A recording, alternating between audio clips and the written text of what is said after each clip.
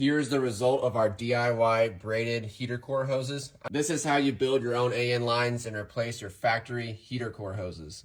First thing you want to do, take them off. This is the factory fitting that's in the lower radiator hose neck.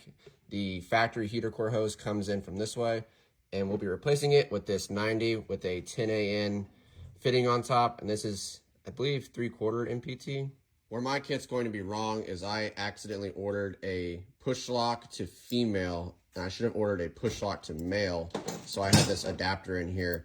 So yours will look different than this, but I'm going to throw this in there for now, and I'll replace it down the road with the correct fitting. That's what happens when you're in a rush and you don't pay attention to what you're ordering.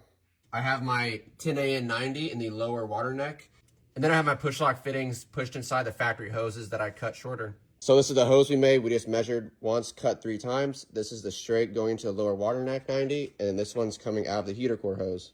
Next, we have this 1/2 inch MPT to 10 AN fitting that goes into the cylinder head, and that will wrap up our other line. It's easier to cut this stuff with a grinder, but make sure you have your safety glasses on. And here's the final line. Let's get it on. Here's the result of our DIY braided heater core hoses. I know there's kind of a lot going on right here, but let me just show you. So I intentionally left these a little long so that I could exchange the right push lock fittings out, and that would bring the heater core hoses closer to the firewall. I also ran this one on the left side of the turbo feed. That way it keeps it away from the manifold, and everything just turned out awesome. I got everything to build this kit off Amazon. The guys over at Evil Energy make some really good products, and that's what everything you see is from.